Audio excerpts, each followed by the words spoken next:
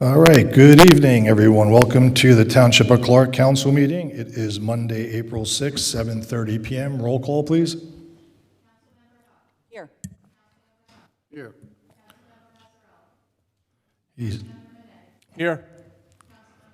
Here. Here. Here. Can everyone stand for the Pledge of Allegiance and then a moment of silence? Allegiance to the flag of the United States of America and to the republic for which it stands, one nation, under God, indivisible, with liberty and justice for all.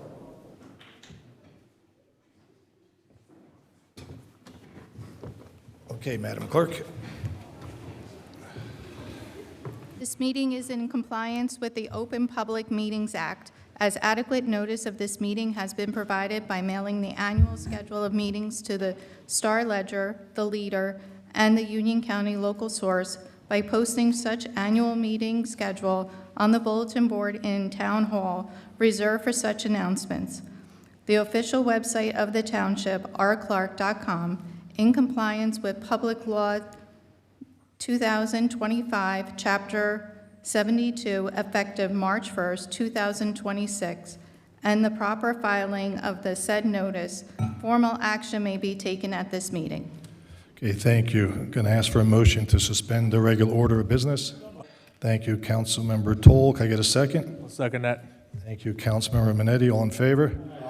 Any opposed? All right, Mayor Albanese, can you go to the dais? We're going to do two special recognitions, and then we'll do the 5 basketball teams. Thank you, Mr. President. Good evening, everyone. Great to see everyone here. I know that tonight we're going to be honoring some people who've dedicated a lot of their time, many, many years, to the community. But also, we're going to be honoring our champion basketball teams from the travel basketball tournament. Unfortunately, some people can't be here because it's spring break, but we're happy to see everyone that's here, and we'll make sure that everyone gets their certificate. So at this time, I'd like to ask William Helm, Bill Helm, come up to the podium.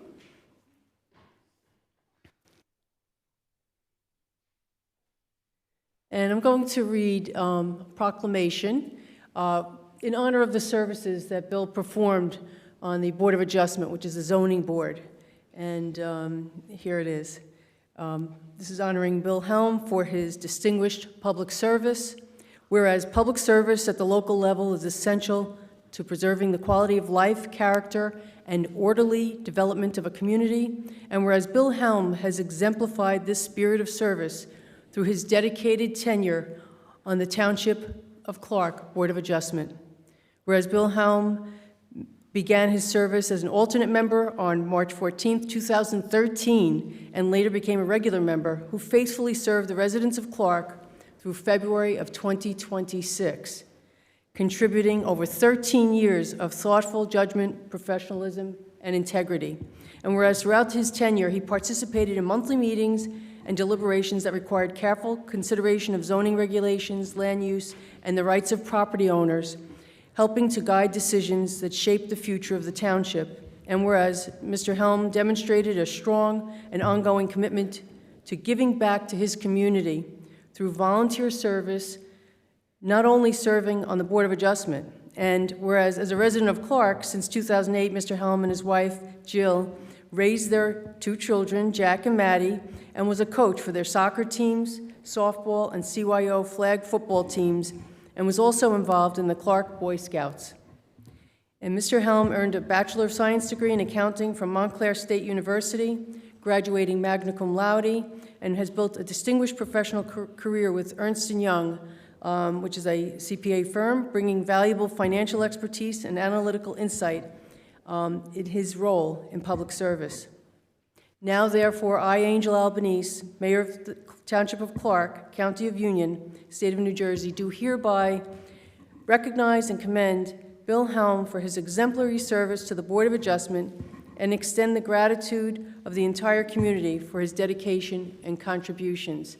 And it does take a lot to spend, and as many of the people who are here tonight, coaches and parents, they've been involved with basketball many, many years, supporting their youth, just as you did, Bill, with your children, but also to give back to one of the committees in the township here is just, we really appreciate the service. We want you to know that, and we do appreciate that. Do you want to say a few words? Sure, Yeah. sure. Thank you, Mayor. Thank you, council members. Yeah, I just want to say I truly appreciate the recognition. It was an honor to serve on the board for all those years. It was a pleasure.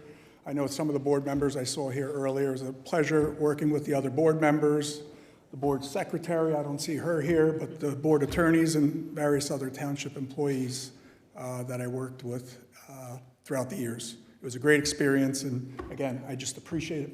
Thank you. Thank you. And what I'd like to do is take a picture of you and the family, or we'll take a picture of you.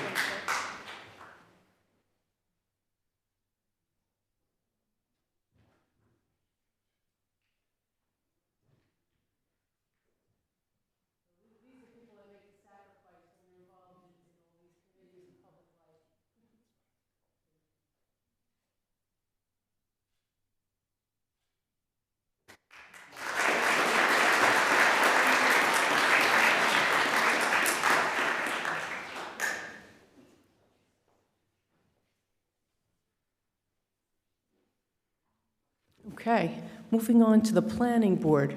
Tonight we'll be honoring Michael Triola for his distinguished public service. Why don't you come up, Mike? Mike, I did get a chance to work with, and I observed that he was very active and also gave a lot of input into what was happening and what was good for the town, because after all, we're the ones, we also, even people on the council here, mayor, we all pay taxes here, we all live in this community, and we want it to be the best it can be. And Mike was one of those people who was really outspoken on the board, because it takes a while to get up, to learn a lot about what's going on, what your role is. You know, you have to follow laws, and that's really critical to it. So whereas thoughtful planning, responsible development are essential to preserving the character, sustainability, and future growth of a community, and whereas Michael Triola has demonstrated exceptional dedication to these principles through his service on the Township of Clark Planning Board, and whereas Mr. Triola began his service as an alternate also on July 21st, 2014, and faithfully served as vice president from 2017 through December of 2025, contributing over 12 years of time, insight, and commitment to the residents of Clark. And whereas during his tenure, he participated in monthly meetings and deliberations involving master planning, land use, and development applications, helping to guide decisions that shape the township's future. And whereas, as a lifelong resident of Clark, Mr. Triola has shown a deep and enduring commitment to his community, where he and his wife, Rebecca, raised their 3 children, Summer, Ryan, and Aniston. And whereas he is a proud graduate of Arthur L. Johnson High School, class of 1995, and earned an associate's degree in criminal justice from Union County College, and has built a successful professional career as a senior sales manager with Total Remodeling in Union County. And for the last 4 years, he has owned a successful business, Good Time Charlie's Party Rentals. Put a little plug there for you, Mike. While remaining actively engaged, he's going to be giving out cards and flyers later, remaining actively engaged in his hometown, and whereas he continues to strengthen his ties to the community where he was raised, where his parents reside, and where he is raising his 3 children, all of whom attend Clark schools, and his parents are here tonight. I'm so happy to meet them. And whereas throughout his service, Mr. Triola has been recognized as a thoughtful problem solver, as I mentioned, careful analyst, and attentive listener, whose professionalism and fairness has greatly benefited the planning board and the Township of Clark as a whole. Now, therefore, I, Angel Albanese, Mayor of the Township of Clark, County of Union, State of New Jersey, do hereby recognize and commend Michael Triola for his exemplary service to the Planning Board, and extend the gratitude of the entire community and this council for his dedication and contribution. Thank you. Thank you, safety words. Yeah. Thank you. Thank you very much. Yeah, it was quite the learning experience. Starting off, didn't really know much at all, and then really found my voice a little way through, and I felt everything I did was with the intention of the residents of the town, for the best thing for them. Hopefully, everything I voted for you all felt that I did with your, your intentions at heart. And my only thing that I said the last meeting, show up to the meetings, residents, because it makes a world of difference. It really does. But thank you very much. Appreciate it. Thank you. Thank you.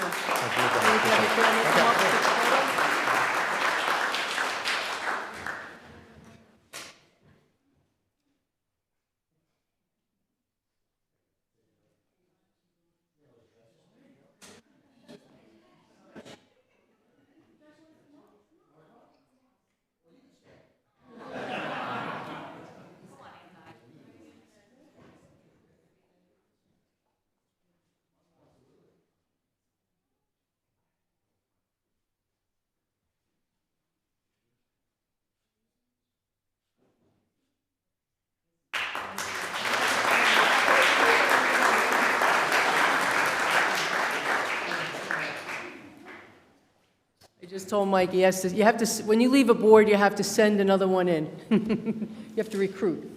So I'm going to make sure that you get this one.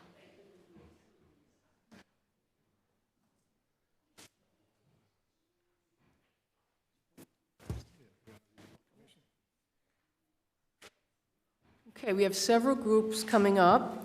So what I'm going to do is, I'm going to read the certificate, one of the certificates, and then Bill, who's on the board also, and also a referee, well, in many respects. So we'll ask you to come up, get your certificate, and then if you could just go back and forth, fill up on each side. We're going to take a group picture, okay? So the first one, let me read the certificate. It's with great pleasure that I, Mayor of the Township of Clark, recognize you for your outstanding achievement on the 2026 Clark 3rd grade boys travel basketball team.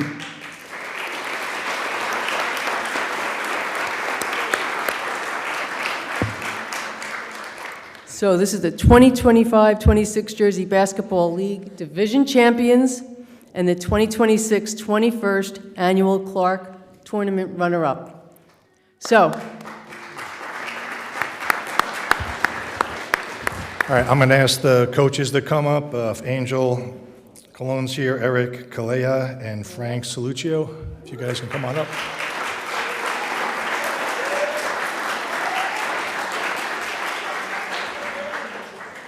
Hey, thanks, Angel. Thank you. Thank you, guys.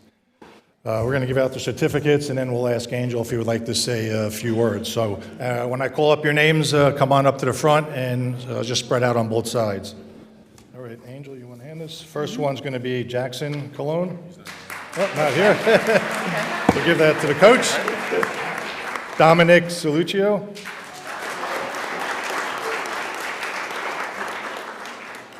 Matthew Bocella.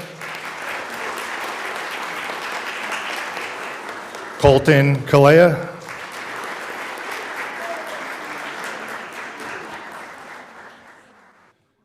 Jordy Mamola. Okay. Rocco Cucci.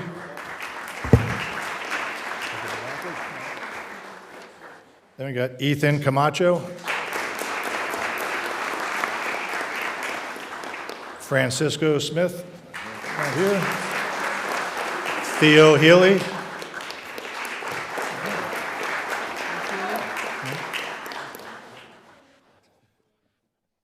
And Nicholas, see if I pronounce this right, Theodore Aurelius. Better than me. I always say Nico T. Angel, would you like to say a few words?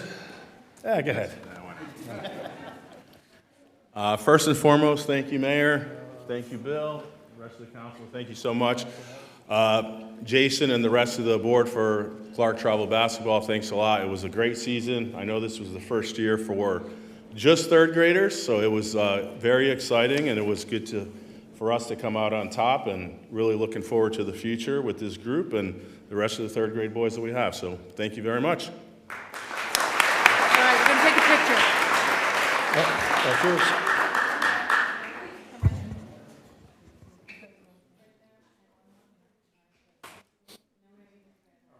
Come back here. Yeah, stand in the middle, Angel. Yes, Yeah.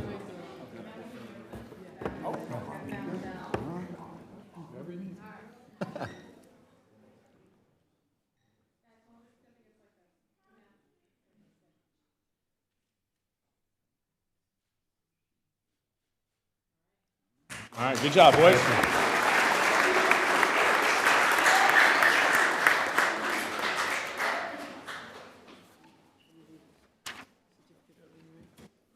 Okay, now we have the fifth grade boys travel basketball team.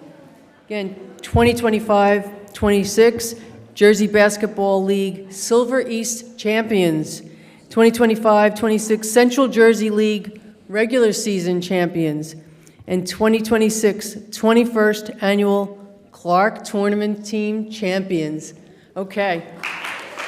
Going to call out the names.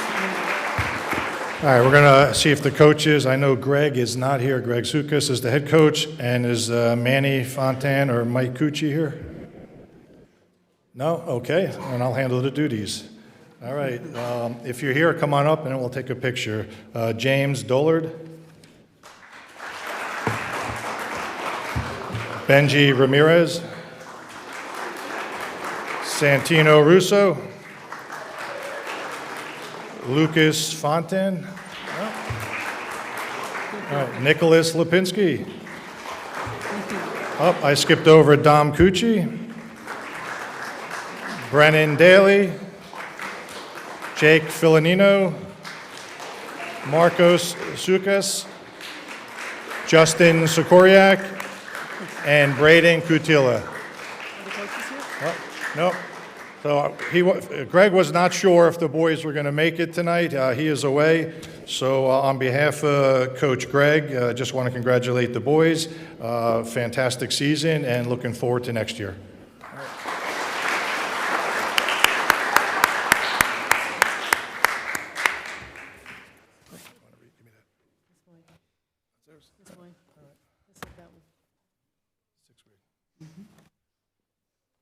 Okay, now we have the sixth grade boys blue travel basketball team. So 25-26 Jersey Basketball League regular season champions, 2025-26 Jersey Basketball League playoff champions, and 2026 21st Annual Clark Tournament champions. Okay.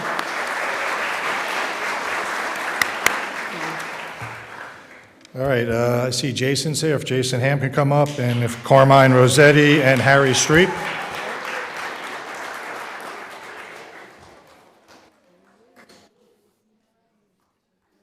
Thanks. Yeah. All right. Thank you. All right, I'm going to read off the boys' names. If you guys can come on up. Alexander Bonilla. Christian Fernandez. Hudson Miller. Jake Miller. That's it. Jake, all right. Jake Rossetti.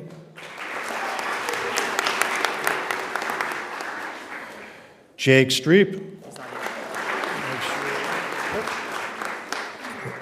Joseph Agoglia. Lucas Ham.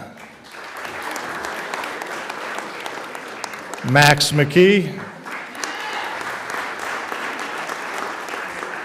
And Vincent Carbonera.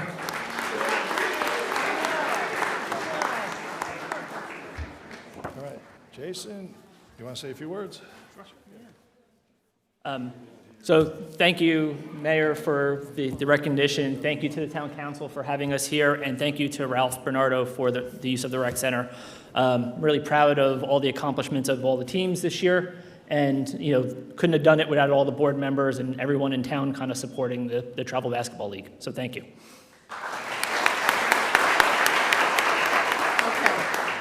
All right, picture time.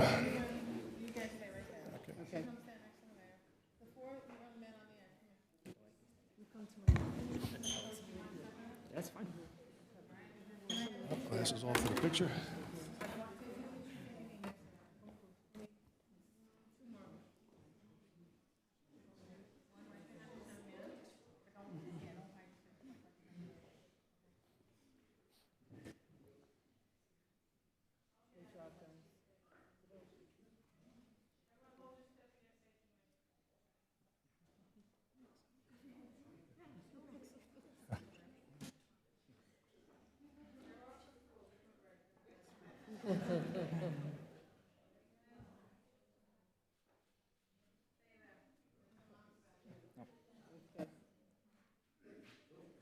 Lost one. It's my son.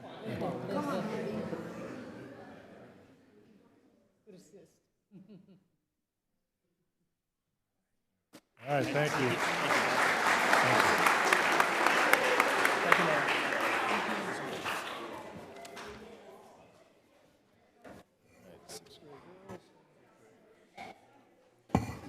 Okay, now we have the Clark 6th grade girls travel basketball team. So for the 2025-26 Springfield preseason tournament champions, 2026 holiday tournament at Multisport Kingdom, and 2026 21st annual Clark tournament champions. Have Coach Bob Reedy and Kerry Feeney, if she's here, come on up, please. Thank you. Kerry, thank you. All right, when I call your names, come on up again, and we'll do the pictures. If you do see, there's 2 TVs over my shoulders, so it will be telecast again on TV 36. So if you want to see yourself on television, just keep flipping through the channels, and eventually you'll find it. Or you go to YouTube, it's on the YouTube. All right, Sophia Suchak. Lila Rodriguez. Denver Williams. Nadia Mauski. Sophia Takas. Bridget Feeney. Melody Lang. Charlotte Breedy. Charlotte's not here, but the coach is here. That's great. Madison Russo. And Kylie Spearnock. That's Kylie's. Bob, that's yours. Kerry, that's yours. You want to say a few words? Kerry or Bob? Yes. Say a few words. Yeah, no, I'd like to echo what Jason said. We wouldn't have this tournament if it wasn't for the mayor, the council, and Ralph. Like, oftentimes you come to these meetings and people worry about politics, but the one thing you can guarantee is that they care about the kids in this town, and the use of the facilities is really huge. After the first 10 minutes of me trying to figure out who Bill Helm was, because we know him lovingly as RP, I started thinking about what to say about the girls, and after thinking about all the missed layups, I really wanted to think about the tenacious defense that these girls played all year. When you play against some big towns like we play against in the bracket we played in, it takes that kind of defense and rebounding after about 80 drills of learning how to rebound. But they held Westfield to 9 points in the championship game, which is kind of really difficult to do. So I'm proud of the growth of these girls. They're really a great group of girls.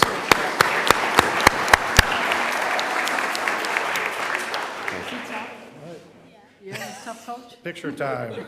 All right, girls. A few on this side, a few on that side. No, stay there. Okay. Okay, go over there. Come on, slide over.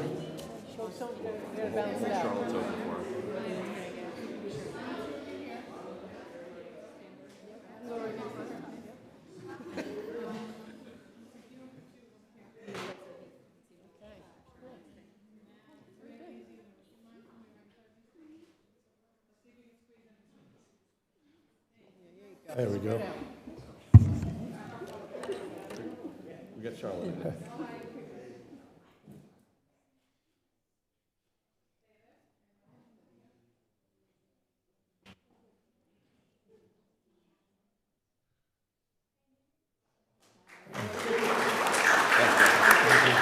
Awesome.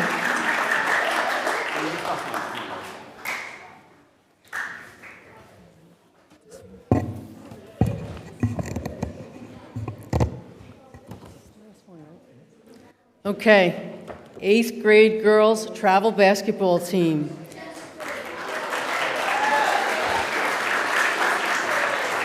They're moving up. 2025-26 Springfield preseason tournament champions and 2026 21st annual Clark tournament champions. All right, if the coaches are here, Mike DiBellardino, Will Sakaris, and Eric Kaleha.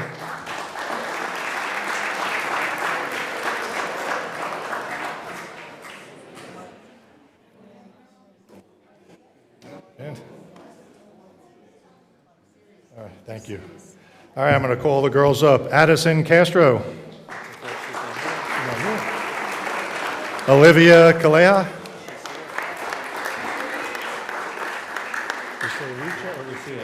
Lucia Di Bellardino.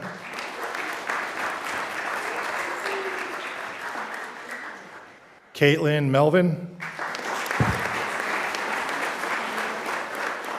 Taylor Sikoriak. Noelle Humphreys. And Eloise Humphreys.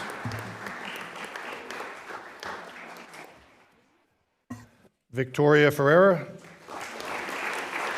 Rosie Sakaris. And Ariana Tignini.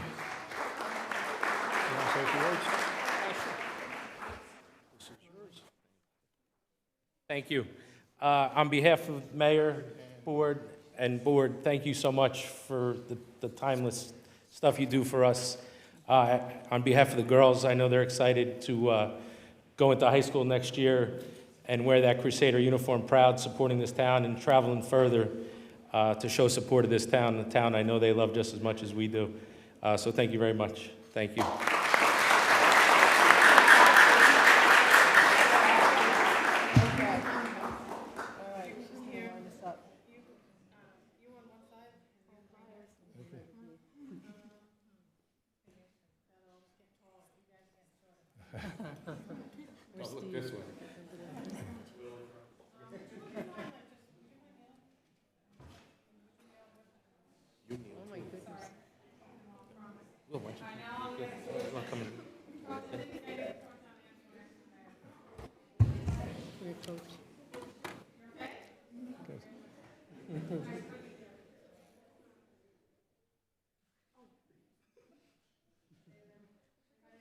Need those web knee pads, Karen. you know? Who knew you needed knee pads tonight?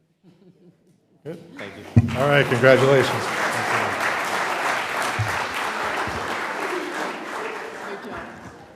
Yeah, Mike. Thank you. Thank you.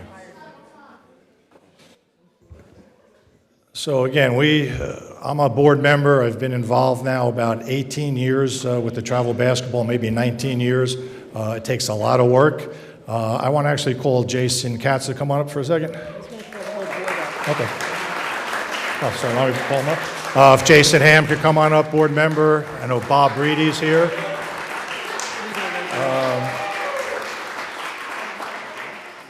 I don't think Gary DeChillis isn't here, Ray Gunzarowski, Mike Settlemeyer, Michael Pozic, Euros Nikolic, and Greg Zukas are the other board members. Jason's been president for 2 years now, or 3?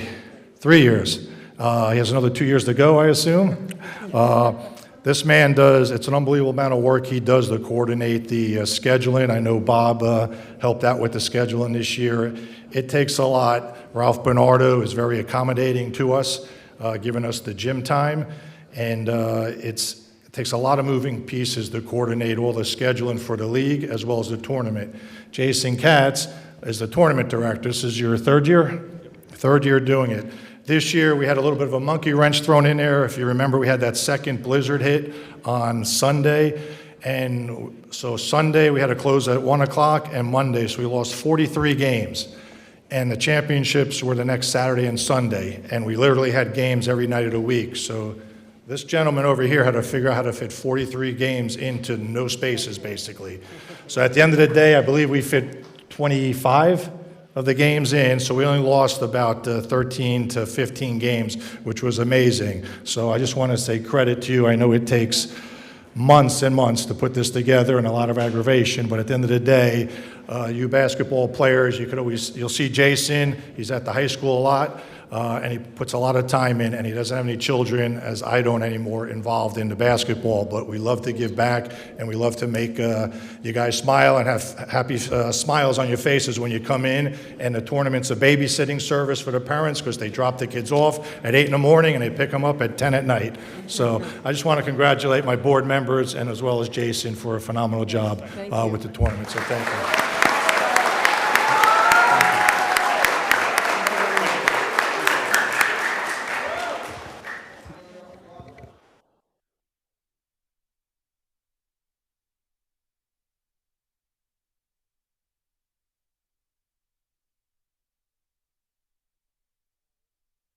Son. All right, you are all more than welcome to stay, but I'm going to take a 2-minute recess. You are allowed to leave, and whoever wants to stay will continue the meeting in a minute or two. So thank you very much. Congratulations.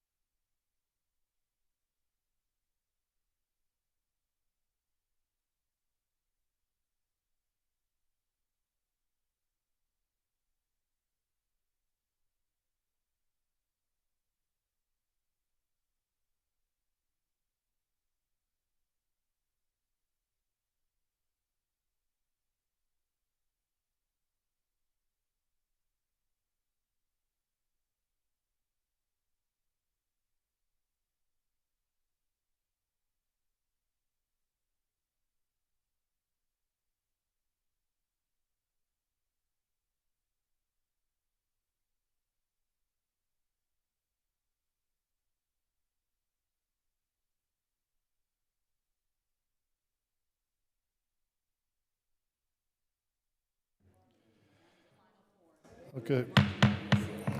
Okay, can I get a motion to resume regular order of business? Move that, please. Thank you, Councilman Hun. Second, Councilman Toll. All in favor? Aye. Opposed? All right, we're going to move to communications from the mayor. Mayor Albanese. Mike here? Okay. So I want to give a brief presentation of the budget that was approved at our March 16th meeting. And Councilman Pat O'Connor presented an overview of the budget, and that night they approved it and introduced the budget. This evening I'd like to touch on some important points regarding how the budget process works and what you can expect.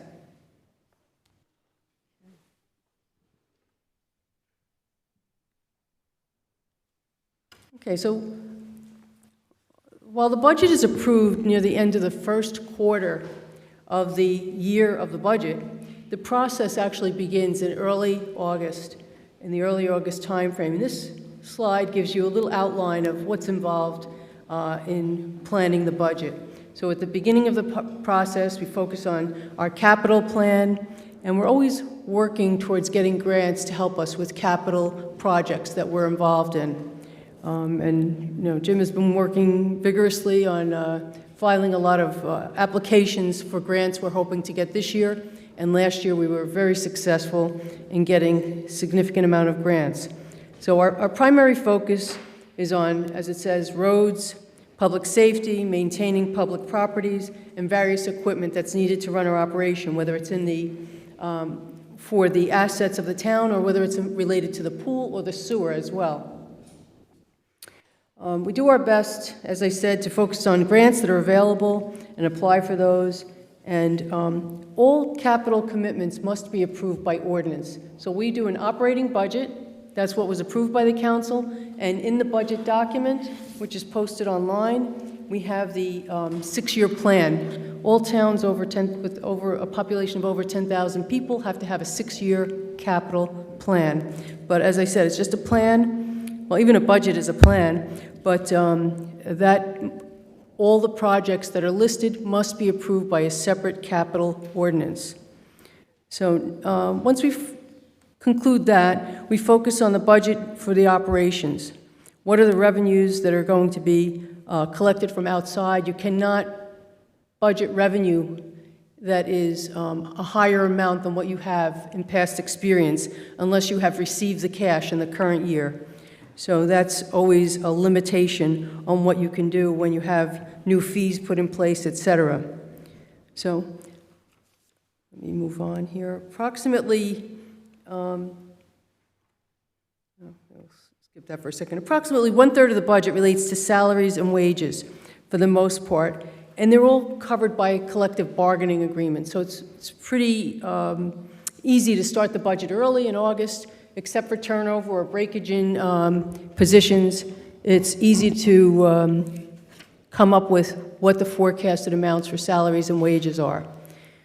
Sometimes, as I said, we have turnover or retirements, and that can also affect various costs.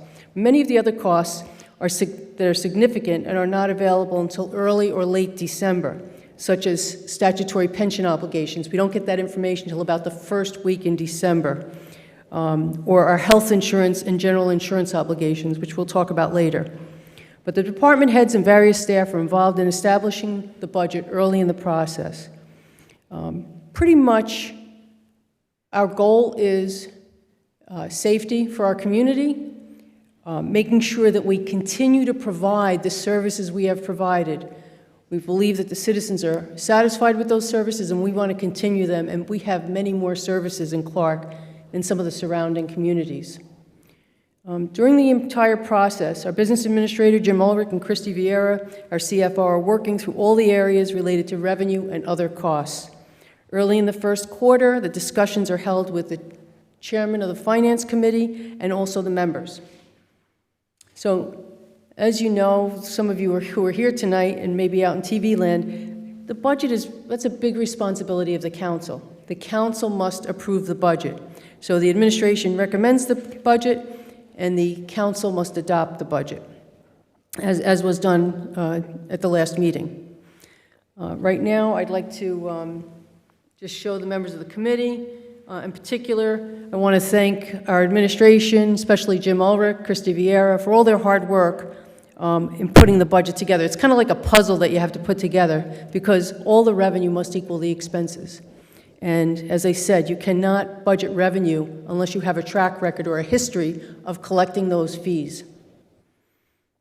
I'd also like to thank the members of the Finance Committee, chaired by Pat O'Connor, and the members James Minetti and Jessica Hoff, for their involvement in the meetings that we had to discuss different issues regarding the budget and responding to all of their questions and suggestions that they had to contribute to the process. As I said, we continue to support our goals, ensuring that we have a safe community and provide a community that focuses on activities for children, just like we had tonight. We work closely with a lot of organizations. If you're ever over in the recreation center, we must have hundreds, almost 1,000 people a day going in and out of that building. And I work in a town where there's 50,000 people, and we don't have a facility like that. And even during that tournament, you can't believe how many people come and are just in awe of the facility that we have there, and it's used until late at night. You see teams coming in at 9 o'clock, and now we have a huge pickleball group that's here, and it's about 750 members in that group. So those are some of the programs that are offered. And then, of course, we have a lot of senior citizen programs, a lot of activities for our seniors.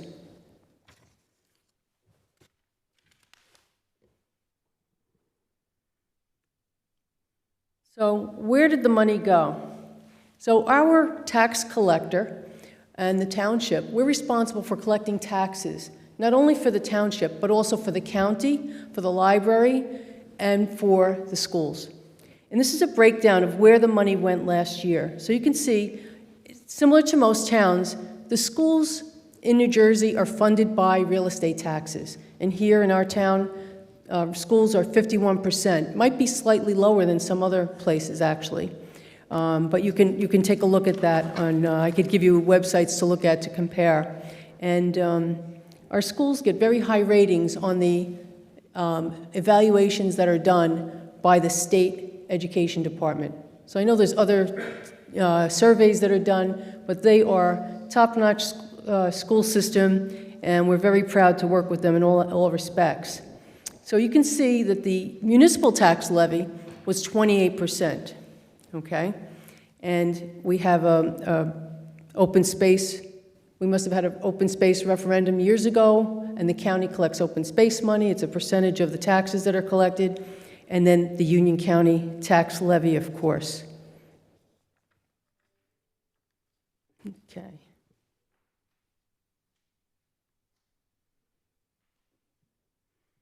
So here's a summary of the property taxes, 25 versus 26, as I said, approved and in the budget that was presented at the last meeting.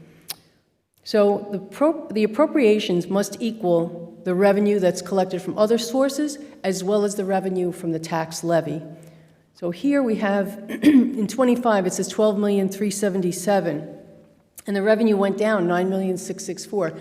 That's all related to grants, principally, because we had a lot of grants, and some of the grants come in during the year, and you are permitted to add those to your budget once you receive them, so that you can start spending them within the confines or the terms of the grant agreement.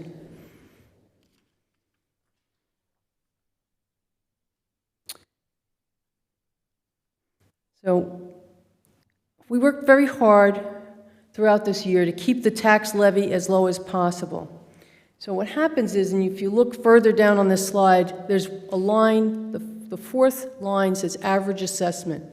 So what we do is we take what's the average assessed value of a home, and that changes each year. So that's the net valuation of all the properties. So it's like a big pie of properties, and then the taxes get allocated out. So the average assessment last year was $526,709, and this year it's $528,516. So the value went up, or there were more properties added. And if you look at Clark, and if you're familiar with the redevelopment that's been going on, there is virtually no vacant land. There's really no vacant land in Clark that hasn't been built.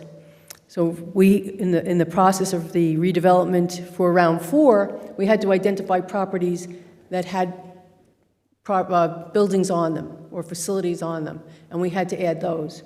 We don't have to do anything. No one has to sell their property, but we have to identify those as potentially areas in need of redevelopment, and they are zoned mostly in the downtown village area, so they have what's called an overlay of zoning, so that they can be used and a developer can take advantage of the benefits of being a redeveloper. So on this slide, it shows $97.46. So for the average homeowner, that's how much taxes will be going up. So $97.46, that's the municipal portion of the taxes. So that's about $8.12 a month. It's less than 3% increase. And I'm going to talk about some of the larger increases in expenses that we had this year, and we'll talk about what they are and how we are dealing with them. So we don't know what the taxes or the budget will be for the schools. It's not finalized yet, and we don't have the taxes for the county yet. So what happens is, in this process, we submit our budget to the government. They approve it, they review it, they approve it, and we usually get the information back mid-June, sometimes late June, early July. So the first 2 tax bills that you receive this year is 50% of your taxes from last year, your tax liability from last year, and they divide it by 2, and that's what's on your bill for February 1st and May 1st. It's 50% of last year's taxes because we're creating the budget in the same year. So hopefully that makes sense to people. But what we're proposing is $97.46. And a key item to keep in mind is a budget is a plan. Hopefully we don't spend all the money and we don't run out of money, because we can't spend money we don't have, and we can't make budget transfers till later in the year, in November and December. So last year, if you look at the bottom line on the left side of the screen, the total taxes for the average assessment of $526,709 was $11,992, unless you had some type of other credits that were given because you had senior freeze, et cetera. So here you're looking at, well, how much of what we have in our budget for revenue is tax levy and how much is other revenues. So we have about 30% of our revenues coming from other sources other than taxes. Now, it would be nice to have more revenue from that area, but this is what we have right now, and we always look at what fees we're charging and then make sure we increase them as necessary. We're not necessarily the highest, but we don't want to be the lowest either. So some of the fees that go into the other revenue are uniform construction code fees, licenses, fees, permits, liquor licenses, the municipal court, which in most towns is kind of going down over the years because we get less and less of what is the portion that applies to the towns. Interest on investments, we've done pretty well this year, so we were over budget. We obtained more interest because we have a higher interest rate with our relationship with our bank, and we don't know what's going to happen, so the interest rates have come down. Now they're going back up, so we'll see what happens. Cable franchise fees, those are fees that we collect from basically Comcast, Verizon, and those are pretty much going down too each year. And you can only record for your revenue what cash you collected in the current year from last year. And a lot of people are buying sticks or Hulu, other different sources, Prime Video, et cetera. So franchise fees from Cablevision are pretty much going down. We have a hotel in town. We have hotel tax, and that's doing well. And then we have state aid from energy receipts. So the state collects tax when we pay our utilities. And they're supposed to give that back to all the townships, except the state really keeps all this money, and they haven't changed the amounts in more than 10 years. Over 10 years, we're still getting the same amount of state aid for energy receipts tax. So that's disappointing, but very hard to do. It's very hard to do anything about it. Grants, as I said, we're applying for grants, and we had a great deal of grants last year, and especially thank Senate President Nick Scutari, who was involved in helping us with the funding of the fire truck, which is on order, and also for our Vactor machine, which we were pleased to have him stop by and take a look at, and that is really helping in our sewer cleanups. We have pilot fees. Again, some of the pilots are just coming on board, so we have to get their audits, true up the numbers, and then give the county their 5%, and that's what's happening there. Delinquent taxes, we get some interest from that, and then of course we also can, if we don't spend money, it goes into the surplus. If we don't spend money from this budget, we have to wait until we do the 28 budget to take what's left over and put that in the surplus. You have to wait a year till all bills come in.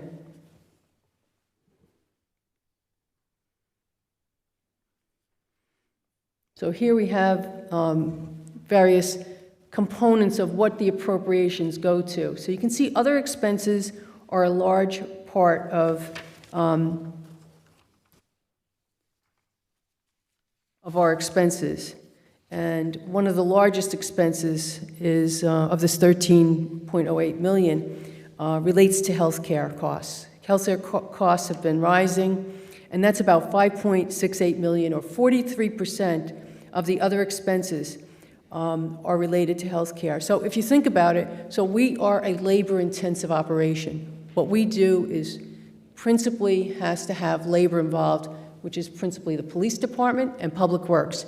And then we have several support staff at Town Hall who support those operations, whether it's administration, HR, the construction department, the clerk's department, finance department, the health department.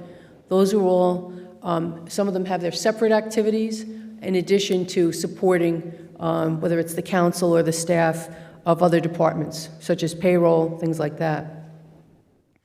So healthcare is an uncontrolled cost, and I'll talk about that a little bit more, what's happening with that. But this year we also had to put into the budget some software costs for our dispatch system. We need to upgrade the software this year.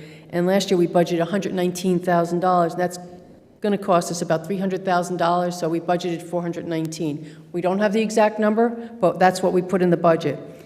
So that's one aspect. Also, as you all know, utility costs are going up. So we didn't budget too much. We wanted to budget just enough. So we increased that budget from $819,000. In this budget, it's $819,000. We increased it by $89,000, which is about 12% to cover increases in utility costs. So, as I said earlier, if we need to make a budget transfer, we can do that later in the year. Also, as you know, we talked about it when we were talking about with the basketball, we had a number of storms this year. And storms are very expensive, especially when you have to, you can't just plow the street once, you have to go through maybe many passes. All the storms were on weekends, our bad luck, so it's all using staff that worked all week and then have to come out on the weekend, working overtime, and maybe not, it's a drain on the staff, let's put it like that.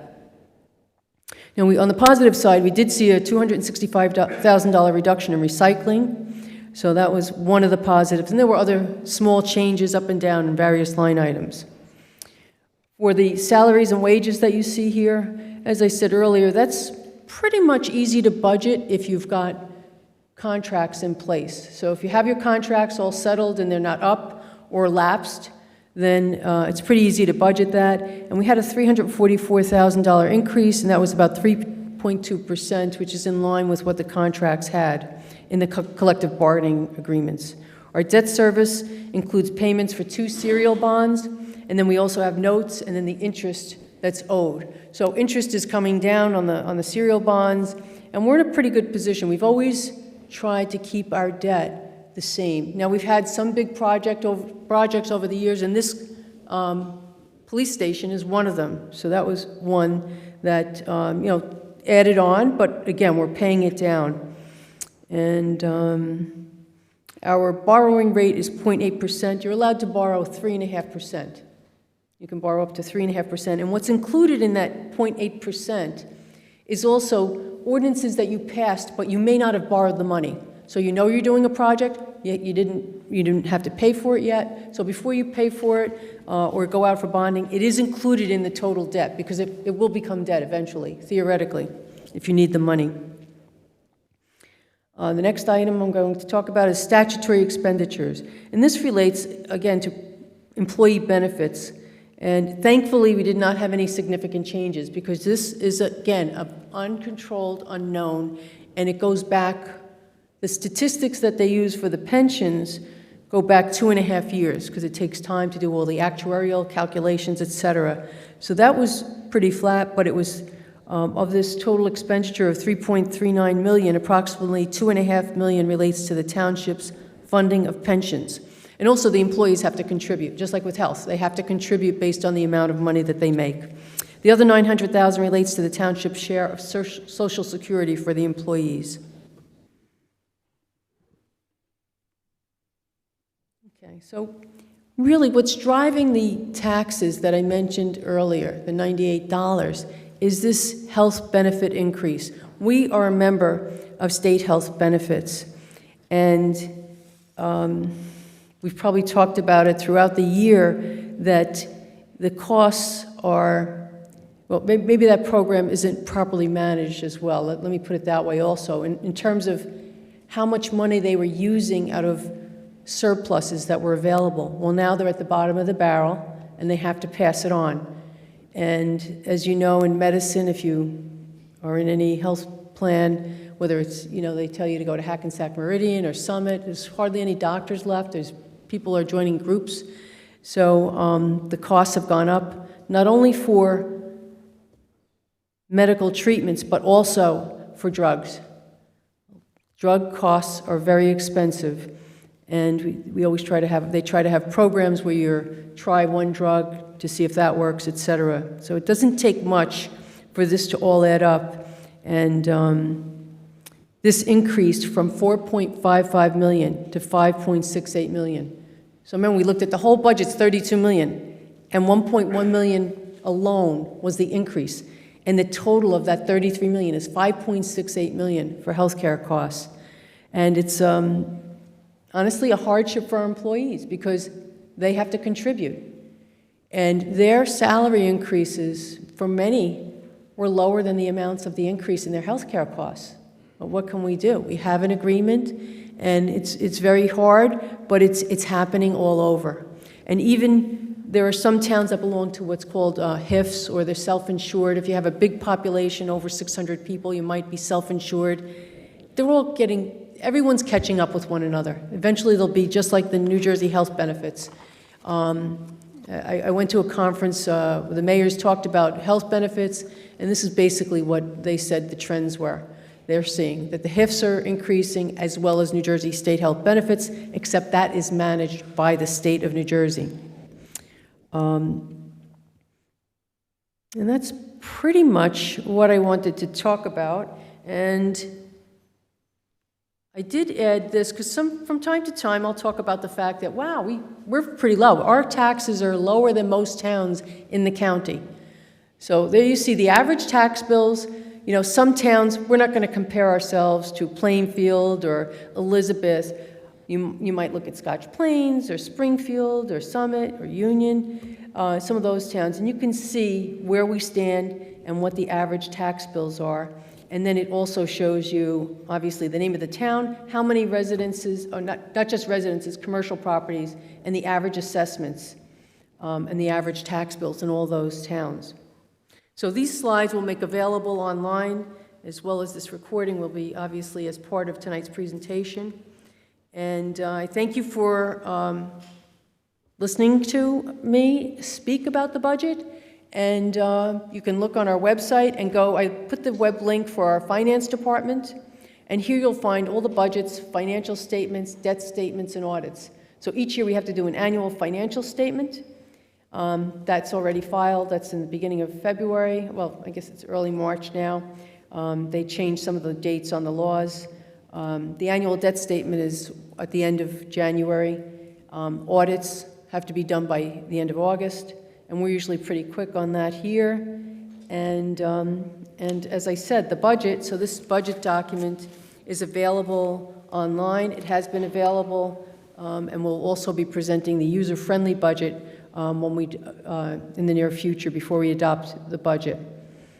So the hearing for the budget will be at the next meeting, April 20th.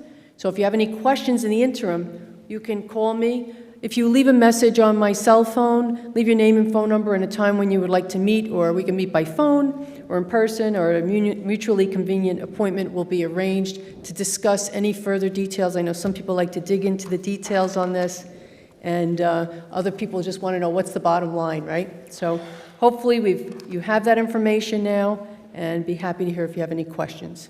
Thank you. Thank you, Mr. President. Thank you, Mayor Albanese, for that in-depth summary.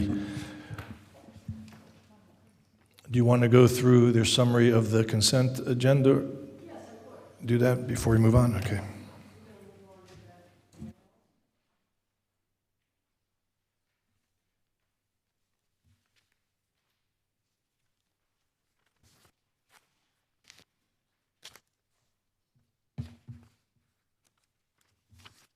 Okay. Tonight, Ordinance 2612 is on the agenda for adoption and a hearing, and this is to establish a Division of Human Resources within the Department of Administration, adding a new subsection of the Township's administration titled Division of Human Resources. An establishment of this division within the Department of Administration will enhance our operational efficiency and strengthen compliance with state and federal employment laws to support the Township's employees and the departments.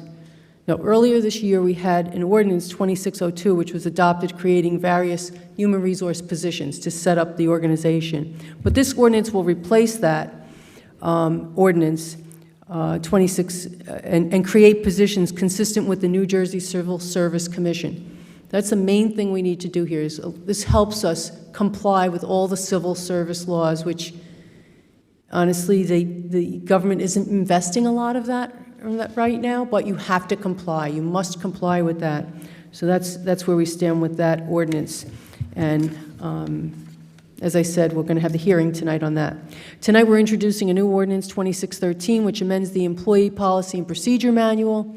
So all the employees of the townships are subject to and shall abide by the policies and procedures set forth in this manual.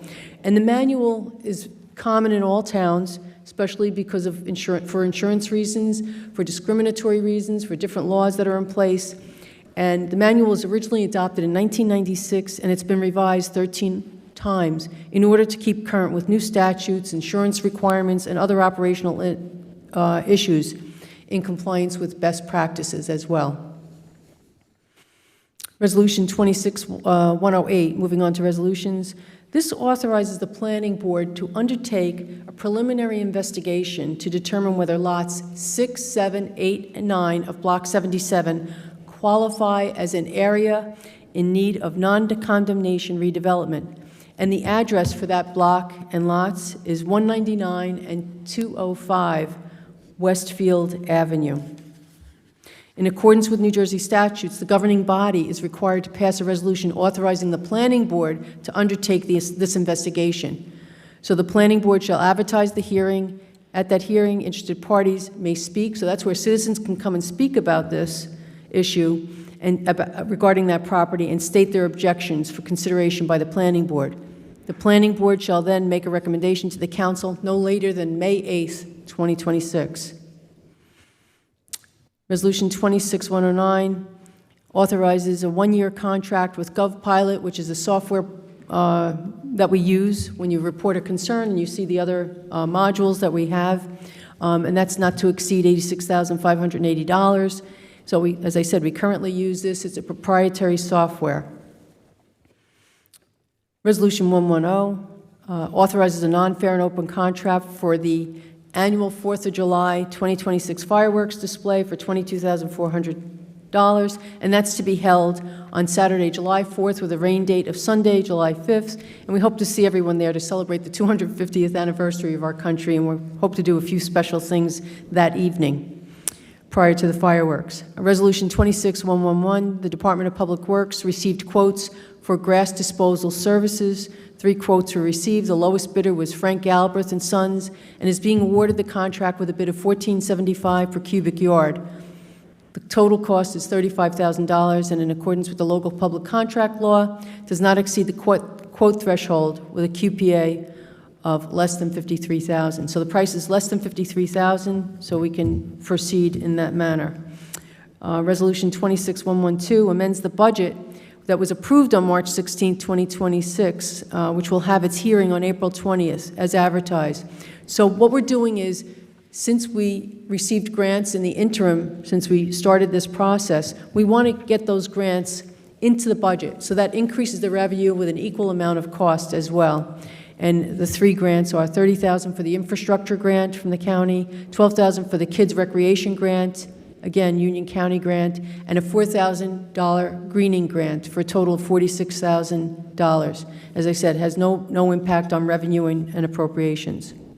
Resolution 26113 relates to sewer balance adjustment issues at 11 residences totaling $17,073. So, as you may know, the sewer bills are based on water usage for a certain period of the year. And in these instances, there were adjustments needed because the water was not impacting the sewer flow. It included sprinkler systems, pools, water leaks, and there was also one water company billing error. Resolution 26114 relates to refunds for overpayment of sewer fees, simply overpaid. This happens sometimes because sometimes people use mortgages to pay things or whatever. They, maybe both husband and wife pay. So we had 7 residents that needed to get an overpayment refund for $1,750. Resolution 26115 is similar, but it relates to taxes. That's for overpayment of taxes for 2 locations, and that totaled $5,788.37. If people want to leave the money there, we'll gladly accept that as well. Resolution 26116, authorizing the township to advertise and schedule a public hearing regarding, this is for a contractor's pre-qualification regulations for contractors to bid on the roof restoration at the historic Robinson Plantation House.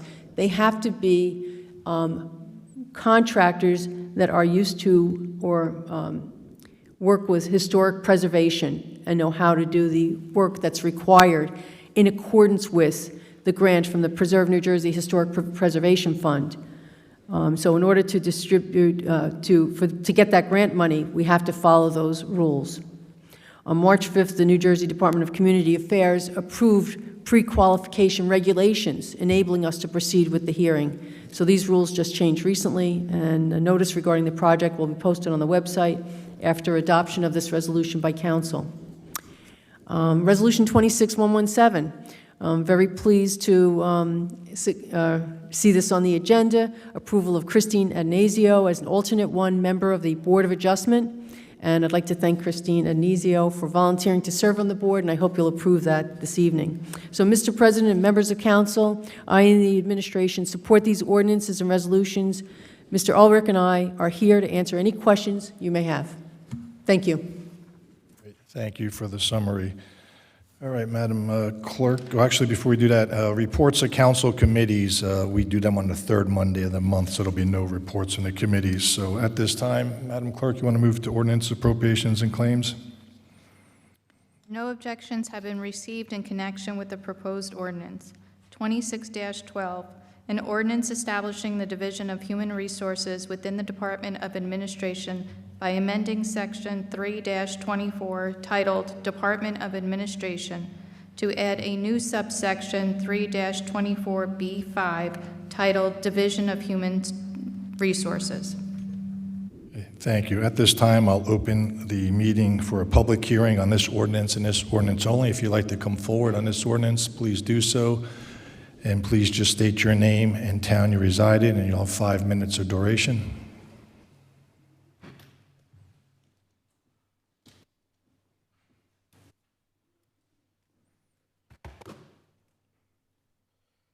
Good evening. Michael Schulman, Clark, New Jersey.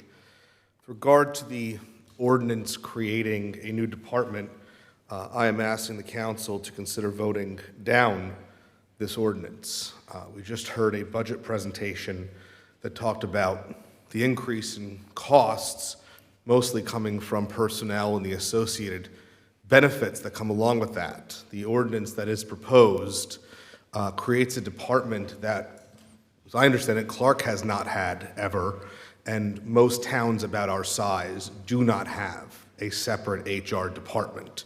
They have a BA, and they have maybe a CFO type position. Many things are done through shared services. They are done through outsourcing, like payroll. This ordinance, and I'm pulling it up in front of me, creates 9 different positions that can be filled. Looking at these, they seem redundant. A personnel director, an assistant personnel director, a personnel officer, a principal personnel technician, senior personnel assistant, senior personnel technician, personnel assistant, personnel technician, personnel aide. I'm wondering if the council knows what those positions actually do. Do we need potentially 9 more people to service this town that has never had these 9 positions before? Are we missing something? Have we missed something for decades and decades that this is now an imperative issue for us? Because if you look at those codes and you go to the civil service paid, information and the averages that these town positions get paid and what the salary ranges are, we're talking about hundreds of thousands of dollars in salary plus those benefits that keep going up. So I'm wondering why at this time we are making a decision to create another department, more administration, more government, which I know the conservatives don't like. And is this necessary? Our town has employed, I believe my notes indicated from the budget last year, 118 employees in the town in 2025. Somehow that's gone up to 149 in the 2026 proposed budget. I don't know if this constitutes the additional HR people potentially, but even if it didn't, let's assume it doesn't, that's 16 employees per HR employee. 16 people need 1 person basically on average. That seems like a lot of unnecessary bureaucracy. So I would think that either we're not doing something and Clark has been behind the 8 ball for years and years and this is almost an emergent issue, or we are unnecessarily creating more government bureaucracy, which I'm sure many of you would be very much against.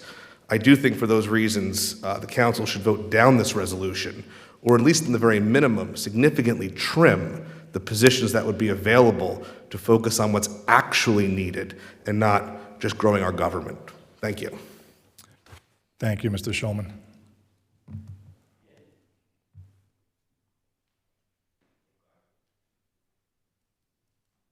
Anyone else like to come forward on this ordinance? Okay, seeing no one, I'd like a President, motion to close the public hearing. Thank you, Councilman Toll. Can I get a second?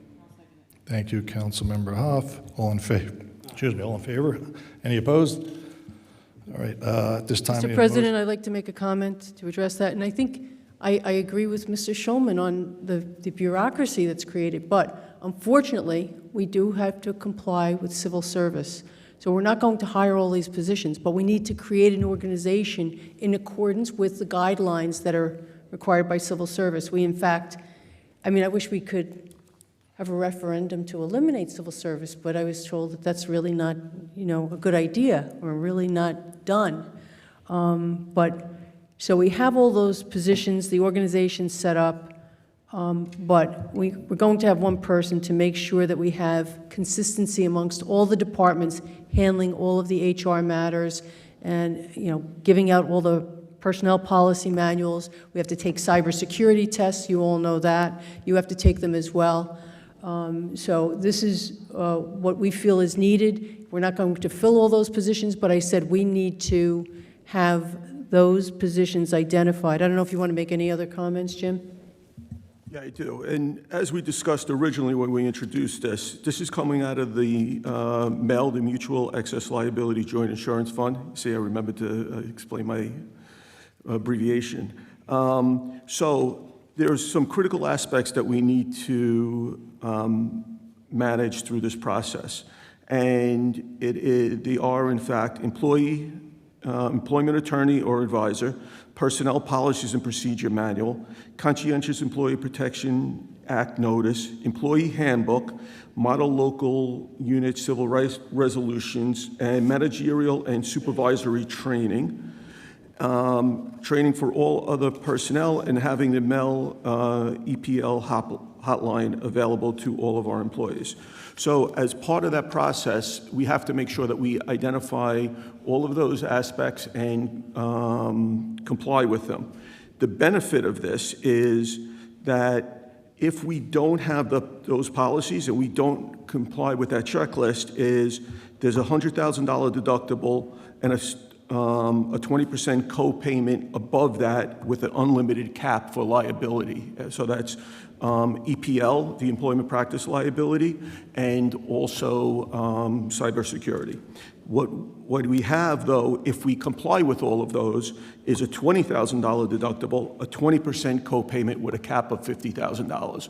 So by setting up this department in a formal process, we have the ability to make sure that all of these things are being done. It's not that these things haven't been done in the past. They were done by me, by the CFO, by Gina, the assistant accountant, and also by Donna, my assistant.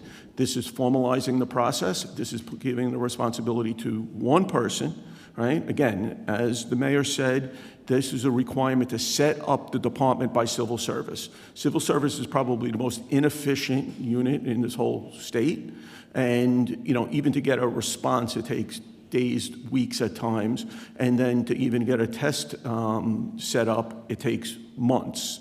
So this is their process. It's not our process. It's not the positions that we're filling. And so it benefits the township from a liability risk control perspective, and that's why we're doing this. Has nothing to do with everything that he's saying, that it's going to cost money. It's going to save us money in the end, in the event of any issues. Thank you for the explanation. All right, can you get a motion, please? Council Member Hoff, thank you. and second, Councilmember Hund. Anyone else have any questions for the BA or mayor on this? All right, roll call, Madam Clerk. Councilmember Huff. Yes. Councilmember Hund. Yes. Councilmember Minetti. Yes. Councilmember O'Connor. Yes. Councilmember Toll. Yes. Council President Smith. Yes. All right, when you're ready, we can move to introduction of proposed ordinances. 26-13, an ordinance to amend Chapter 48, Section 48-5 of the Code of the Township of Clark entitled Employee Policy and Procedure Manual. Thank you. Can I get a motion? I'll move that. Thank you, Councilmember O'Connor. Can I get a second? I'll second that. Thank you, Councilmember Minetti. Any discussion or questions for the mayor or BA on this? Jim, you have anything to add on this? I mean, it's just been minor changes. Again, it's all coming out of the MEL. The changes are, additions to the American Disability Policy, additions to the policy against harassment to include some language on hostile work environments, changing the language of vacation leave policy to be in line with the controller's report state law requiring carrying over vacation leave limitations, and additional acknowledgement of the receipt page of each manual. Primarily, the manual is the same. Those are the only significant changes. Great, And I was thank going you. to say that pretty much in every town in the state that participates in the MEL, this is like an annual event now to keep up with statutes that are in place, courses that need to be taken regarding discrimination, et cetera. Thank you. Roll call, please. Councilmember Huff. Yes. Councilmember Hund. Yes. Councilmember Minetti. Yes. Councilmember O'Connor. Yes. Councilmember Toll. Yep. Council President Smith. Yes. Public hearing will be on April 20th.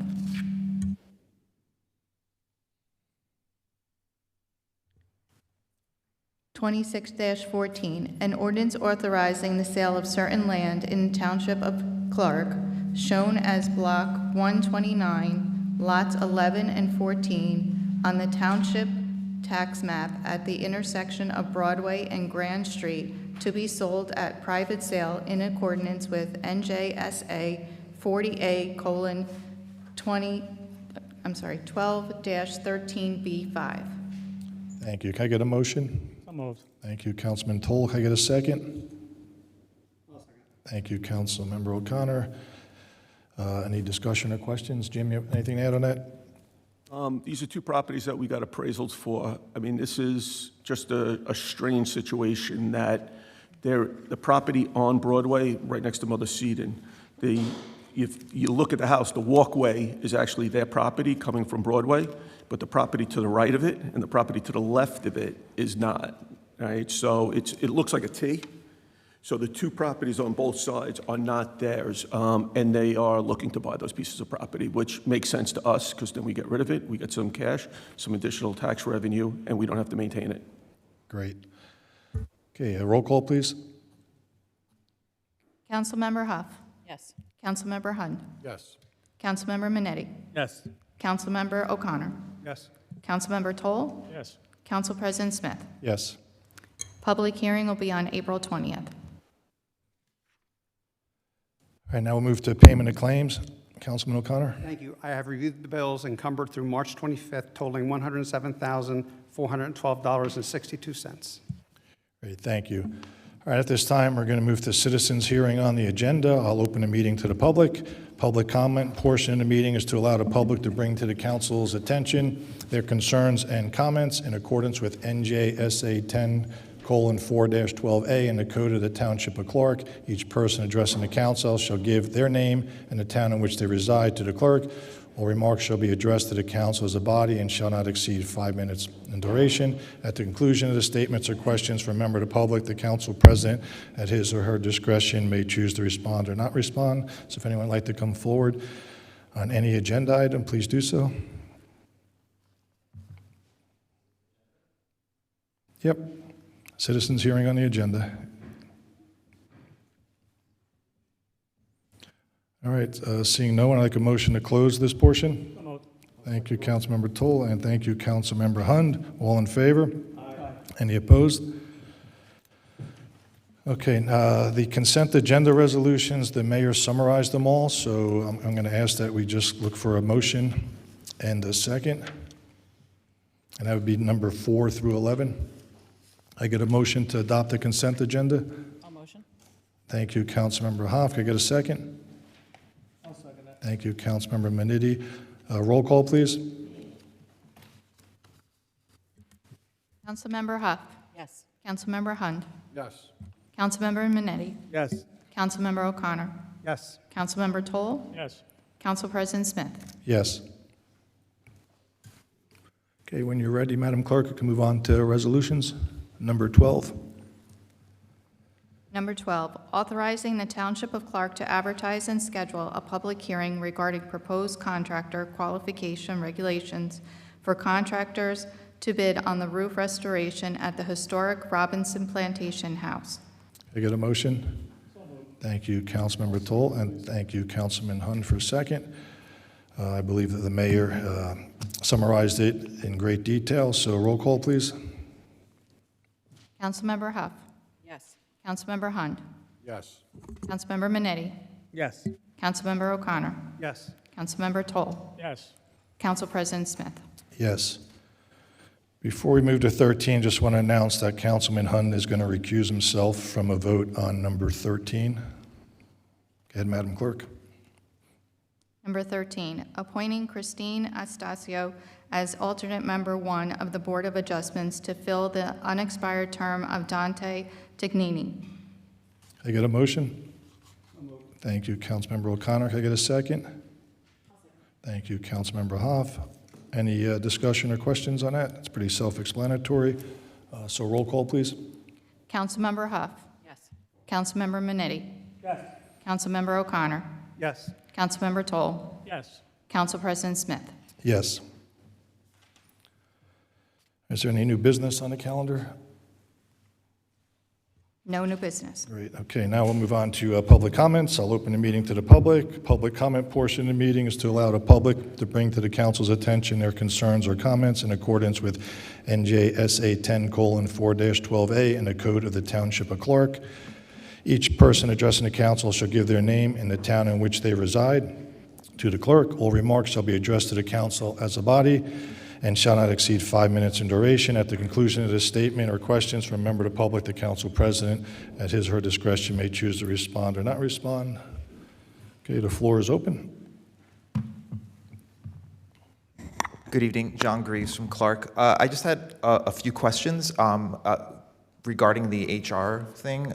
Maybe just clarify a little. I guess, one of the big questions overall is, what is you were saying that it's not 9 people, they're just potential positions, right? That's what I understood. What is the budget for what you're going to do, like, in this year, roughly? Yeah, it is one person who's currently employed, and Okay. it's part of our budget plan. Okay, and then I heard Mr. Schulman say that the number of employees had increased from 118 to like 140 something. Where did that? How did that happen? We're working on that. I talked to the CFO this afternoon about that, so I think she didn't allocate the sewer and the pool employees. In the previous year? No, are you talking about the advertisement? No, I meant in the budget that was put out last month or whatever. There's like a number of employees. It says in the budget, and it says last year was 118, and there's like 148 or 49 this year, and it just seemed like a lot of Yeah. employees that were Yeah, increased. so we're looking into that. Okay. So those were just the detailed things, and then the two things. I'd still just like to say I'd really like to see a way for people to use Zoom or some type of video conferencing to basically participate from It'll home. never happen while I'm up here and this team's up here. We have 2 public meetings, Mr. Greaves. I don't know what else you want to do. The cost of doing a Zoom is thousands of dollars, and we're not doing it. So you can talk about it and come up here, but Okay. waste your So time. Okay. you will never We're come not doing to Zoom. Why would we? We have public meetings. We have 2 public meetings. Because- We're all available. We're not going to sit here and make this business meeting a circus and have people Zooming in and be on TV. Come to the meeting. Every time there's an issue, we have more than enough people come to the meeting. When there's no issues, the room's like this. Everything's running smooth. Okay, my only response would be, since you asked the question, why would you? It would be so that we can have more participation, and so people who can't always make the meetings are able to do so from home, because sometimes people don't want to sit through the whole meeting to necessarily make a statement. Send an email like Frank It's a McCosey. modern convenience that is used in almost every facet of our daily existence these days. Except I think in it would be good to municipal have that. government. It's very Okay. rarely used. There's that. And then I guess finally, there's some new candidates this year for council seats that are coming up on both sides, I believe, on the Republican and the Democrats. Are we, again, not going to have a debate this year? Is there any possibility of doing that, and how would that happen? There didn't seem to be a debate the last couple of years, but I know that, I guess it was almost like 10 years ago that there was a debate, and I think that, especially those new candidates, people would probably like to have an idea about that. So I would like to see if you guys could somehow arrange a debate, and that's it. Thank you. Great, thank you.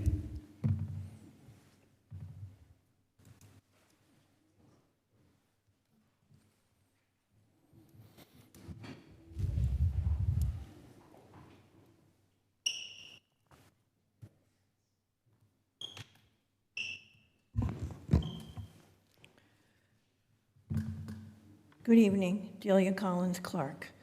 I'm here about the reservoir, and everyone knows what's going on. There's deaths of aquatic animals. The conditions around the reservoir are horrendous, and everyone, mostly social media, is saying, go to the county, go to the county. Many of you have never been to the county and seen how they react to questions put to them. One thing I want to get across is the DEP hotline. It's 1-877-927-6337. If you see something, say something around the reservoir. There are turtles dying, fish dying. This is affecting the other lake in the Rahway. The experiences at the Union County Commissioners' meetings, they do not respond to you when you present your issues or concerns. They immediately, after asking a question, that's the end. They may or may not respond at the end of the meeting, similar to the Clark Council meetings procedures. Ed Oatman, the county manager, usually is a spokesperson unless he defers the issue to a division director or has a specialist in that area answer the questions. Even though the reservoir is a county project, the township should at least be actively involved in monitoring the occurrence at the reservoir once the issues are brought to light by township residents to the administration. Clark officials need to listen more intently to the residents and respond to issues concerning our environment, which the reservoir is a part of. And also, I have a question for the Environmental Commission. I'd like to know why they are involved in cleaning up the area around the reservoir at times, and also at Jackson Falls, when this area is county property. Thank you. Thank you, Delia.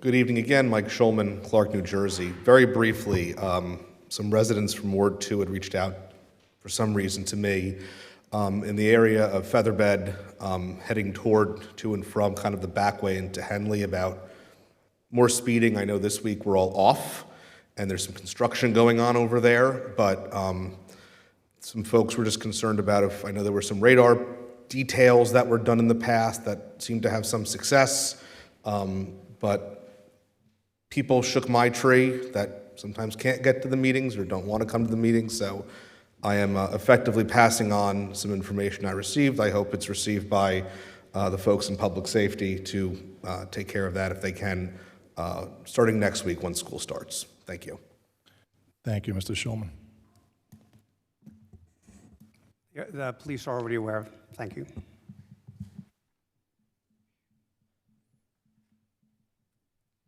All right, seeing no one else, I'd like a motion to close this portion. Moved. Thank you, Councilman Toll, and thank you, Councilman Hun. All in favor? Any opposed? Do you have any, Jim, you have anything you want to address, or Mayor? I do want to address the reservoir, and so everybody understands what's going on there. Any loss of, animal life is not something that we, condone. We think that should happen, but unfortunately, of a project of this magnitude, it will happen. So, it's an important aspect of the dredging process was relocating the fish and animals that they could. Just, for your information, there was 4,126 different fish relocated to Bryant Pond, Jackson's Pond, Bloodgood's Pond, and Rowway River. There was 1, 2, 3, 4, 5, 6, 7, 8, 9, 10, 12, 13 different species of fish that were captured. The project is over 100 acres, closer to 110 acres. It is an important dredging project, for not only the town, but for everybody on the pumpkin patch. This way, we could mitigate flooding. Again, it's not something that anybody wanted to see, but it is being monitored by the DEP. It is being monitored by the county.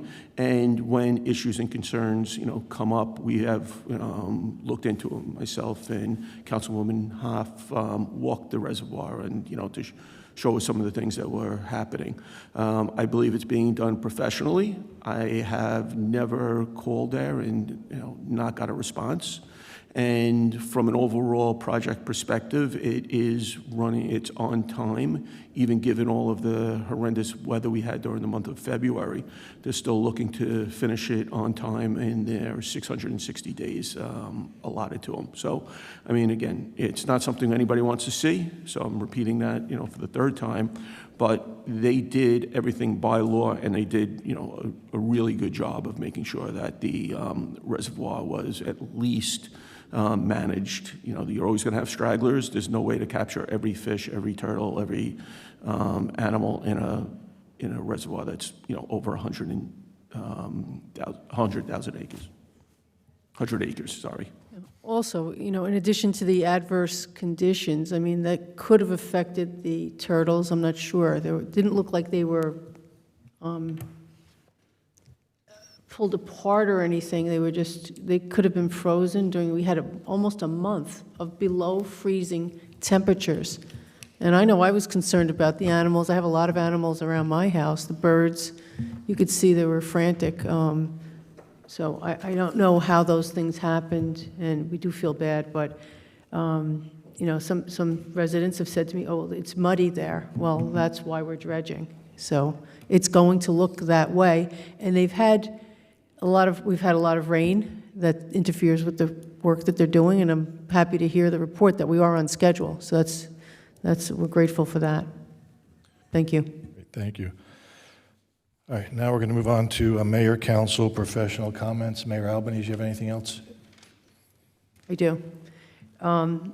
First of all, I want to acknowledge the volunteers from the ALJ Key Club that helped out with the Easter egg hunt, also the council people that showed up that day. It was a great event.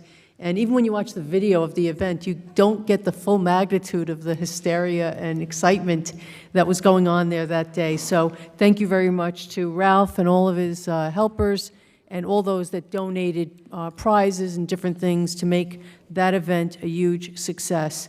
I know this is kind of old news, but I did want to mention that it was wonderful to see that the police took care of the lost dog. Lost for 2 years for someone that lived in Texas, and it was wonderful to see that they took care of it, and then the owners flew up and retrieved their dog, because we're dog people here, right? Want to remind everyone the Memorial Day Parade is Monday, May 25th, and I hope all township organizations will be participating in the parade. We've got the 250th anniversary. We're hoping to have a nice float, and if you're not participating and walking in the parade with an organization, you can walk with the float. So we'll have more information out about that. This Saturday is Little League and Girls Softball Parade, opening day, so support the teams, get out there. Also, ALJ has I was asked to promote this. The Senior Citizen Prom is going to be held on Friday, May 1st. If you're interested, sign up by April 17th. Summer Recreation Program. You can sign up now. I know right now it's a little cold out, so people aren't thinking about summer, but once those few warm days come up, hopefully you'll sign up as soon as possible. Have a couple hundred people already signed up for the camp, so hopefully you'll sign up for the camp, which starts on June 29th and runs through August 6th. The Mayor's Wellness Campaign, you may have read about this. So in a partnership with New Jersey State League of Municipalities, communities that go above and beyond improving health and wellness programs in their communities that focus on exercise, healthy eating, and mental health awareness were recognized. Of the 564 municipalities in New Jersey, there were record-breaking 46 Healthy Town winners announced this year, and I'm extremely proud to tell you that Clark was one of them. And this is Clark's first year to receive the Healthy Town designation. So we progressed over the years from Healthy Town up and coming, Healthy Town to watch. So I appreciate all the people in the administration who've worked on this program. There were, as I mentioned, there were 46 Healthy Towns. We were one of them. There were 12 towns that were designated Healthy Towns to watch, and 4 were Healthy Towns up and coming. In that regard, there's a program called Join the On the Mark Clark Health and Wellness Challenge. So it's not too late to join. You can do that today. It's a free 10-week program. It runs May 17th through May 17th. It invites residents from 3 to age 123 to earn points by completing simple activities that support healthy living, such as staying active, reading, spending time with family, and practicing mindfulness. So that if you go to clarklibrarybeanstalk.org, or you can email Christine LaBelle at ourclark.com, and she will help you get signed up. Let's see, it was last Thursday, Laura Caliguire, a tax collector who was here earlier with her grandchild, celebrating the basketball tournaments award winners. We're going to have on April... we did that one already. April 16th, Thursday night, 7 p.m., right here in this room. Anyone who has questions on deciphering property tax relief programs. I see that Frank Mazzarella, our councilman who talks about our DPW issues, isn't here. Also want to remind citizens that from time to time the county has hazardous waste disposal programs, and there's going to be one coming up on April 25th in Scotch Plains. So that's an opportunity. You can go online and figure out what you can dispose of through that process. I know Councilman O'Connor, he's taught me a lot about it. He's an expert at disposing properly of dangerous items. And that concludes my report, except for one item. Tonight we have Christine Deepak working as our clerk this evening, our first meeting, full meeting. And thank you very much, Christine, for all your assistance with the meeting and doing a great job. Thank you. Thank you. Thank you, Councilmember Huff. Thank you. I want to say a couple things. I want to say, first of all, how lucky we are in Clark with the strong administration that we have. So thank you to our BA, Jim, and to Christy for all of your work, and what an amazing benefit that we have a multi-decade experienced CFO as part of the team here in our mayor. So I want to thank you for the comprehensive and clear budget explanation. And again, thank you to the mayor, Jim, and Christy for all of your work, answering all of my questions and doing a heck of a job keeping the municipal tax increase for the average homeowner in spite of all the rising costs that we're seeing, to under $100 a year. So I thank you for that.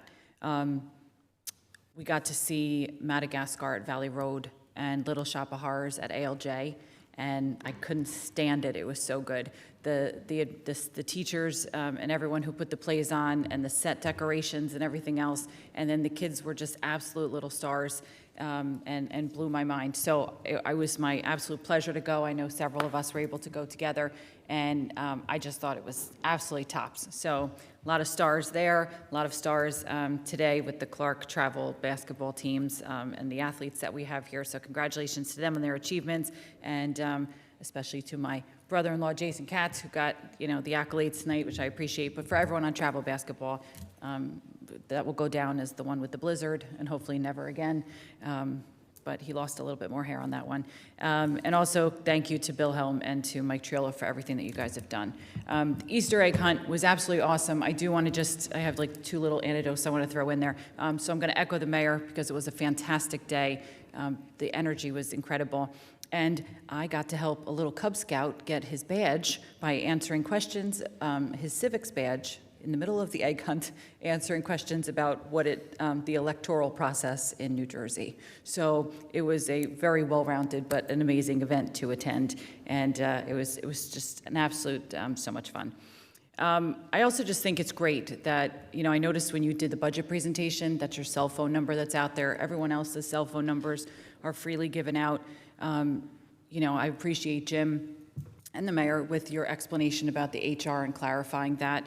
I think that it's bringing organization and transparency, minimizing risk, all of these things that, we all want and we talk about wanting and things like that. This is not some big dramatic change to the township and in terms of personnel or expense and things like that. So I appreciate the detailed explanation you gave. And also, we've talked about this at several meetings, that this was happening and what it's going to look like, and everything that we're doing. And I think it's a really positive step, and I appreciate the organization, progress, and the transparency in which we're moving forward in Clark. So thank you for that. And I think I was just very excited. Oh, last thing I have to say, I'm so sorry, but also in terms of asking questions and things like that with, not making it to meetings or being concerned about things like that, I just want to tout the benefits of report of concern. I have to tell you, when I first got onto the council, the first thing that happened is my mother gave me a hug, and then she asked me if I knew how to get a tree taken down. So before I could attend family dinner that following weekend, I asked our BA, what do you guys do about trees? And man, did he pull up from report of concern every time my mother's called because of her address, and in there, every time somebody looked at a tree, and every person who talked about a tree. And, lo and behold, her tree still stands because there's been enough eyeballs on it to confirm that it's fine, much to her disappointment. But at the same time, whenever people reach out to us, we always say to them, we're not trying to pass you off, but one of the things that impressed me the most, or in the beginning, when I spoke with Jim and we talked about report of concern, you actually said, I want people to do it because it puts things in writing and it holds us accountable. And I thought, how many people walk around like encouraging themselves to be held accountable? And that just stood out to me. So when we get the emails or we get the text messages and things like that, and we say to you, please go to report of concern, which is on ourclark.com, and it's a little button there. It's not because we're not trying to be helpful, but I encourage anybody, put it in writing, put it through report of concern, and let the proper people in the township handle it. It's fantastic and encourages accountability, which I don't think we can ask for anything more from our administration. So thank you very much, and I can't wait for the parade this weekend. I encourage everyone in town, come out and wave at the kids. It's a very small parade, but if you are in between, Denman and Westfield Avenue, like that whole strip of the area, because the library is closed, I think, the morning of the parade, but you should come out and wave. There's all the kids, the teams. They'll be in cars. It won't be so whatever, but hopefully we have a nice day, and I hope to see everyone there. Thank you very much. Thank you. Councilman Hund. Thank you, Council President. I'm not sure if there's anything left after Council Member Hoff covered everything, so I'll keep mine even briefer than I thought they were going to be. So congratulations to all the child basketball teams. When I was involved, we were lucky to have one team win the tournament, if we were lucky to get one. To see that many tonight is outstanding, to see the growth that our young boys and girls have made in basketball. So they had a great seasons for all those teams. Thanks to William Helm and Mike Triola for their services, 13 and 12 years, I believe it was, that they gave their time to the town, so that's a tremendous amount of time there. And then also thank you to the mayor for her presentation of the budget. I hope, hopefully, it assisted members, people here, as well as people watching on TV, what goes into making a budget, and it's not as simple as some may think. Thank you. Yeah, Councilman Minetti. Thank you, Council President. Not to repeat what Councilman Hunt said, but congratulations to all the Clark Travel basketball players. As they were coming up to get their certificates, I said to Councilman O'Connor, you know, I remember those days, 3 and 5 and 6th grade. Savor those moments, man. They don't last forever, and it's just, I'm, you know, proud to see those kids and the fathers coaching. Brings back a lot of memories. Spring sports at ALJ. We got baseball, softball, track, boys and girls lacrosse, tennis, golf. Come out and support the Crusaders. Softball and baseball is off to a great start. Lacrosse is having a great start, so come out and support them. Other than that, congratulations, Christine, on your first day. And other than that, those are my comments. Thank you. Councilman O'Connor. Yeah, again, not to repeat everything, Mayor, great job with the budget. Great presentation. You broke everything down into simple terms where everybody could not only hear but visually see where their tax dollars are going and how it's appropriated. So thank you so much, Jim. Again, your team for putting the budget again together and getting all the information out there. With regard to the HR department, I guess this is just more Trenton rules that we're following. You know, in order to comply, we comply. So we don't get financially hurt by that. So I appreciate that. I want to talk a second about lawyers. Are lawyers good people? Well, some are and some aren't. And where I'm going with this is my mom, who lives in Clark, received a letter from a law firm. I'm not going to give them any notoriety here. Barbara, which is my mom's name, please read this. Written almost like it's handwritten, but it's from a machine. And just picture you're a senior. You've worked your whole life. You own your own home. And then you get to hear this. This letter is to inform you that according to court record data provided to us, a foreclosure and/or litigation may have been filed against your property by your lender or other entity. Now, the first thing I would like you to know is that there is real help available to you and that you honestly do have rights and options. Ignoring a foreclosure lawsuit, if filed, could lead to losing your home. This is what's being sent to people. This is what's being sent to seniors. Guys, we need to protect our seniors. If you have a neighbor that's elderly, if you have a parent, you know, there are people to reach out to. You know, there's help available. We all know people who have been scammed for a lot of money. And again, you know, just because, you know, there's a law firm in the upper left-hand corner of the envelope doesn't make it legal, right? If you're unsure, I don't know, but I would maybe go to the police. They might not be able to help me, but at least they might be able to point me in the same direction. Hey, why wouldn't you go to town hall? Go to somebody. If you're not sure, you're like, wait a minute, I pay all my bills. What's happening? Guys, don't call the number in panic. Find somebody, a relative, a neighbor, police, town hall, go somewhere to get somebody else to take a look at it. They're not going to think you're stupid. They're not going to yell at you. They're not going to treat you like a child. We all have parents, we all have relatives that are in a position that, hey, wait a minute. I thought I did this.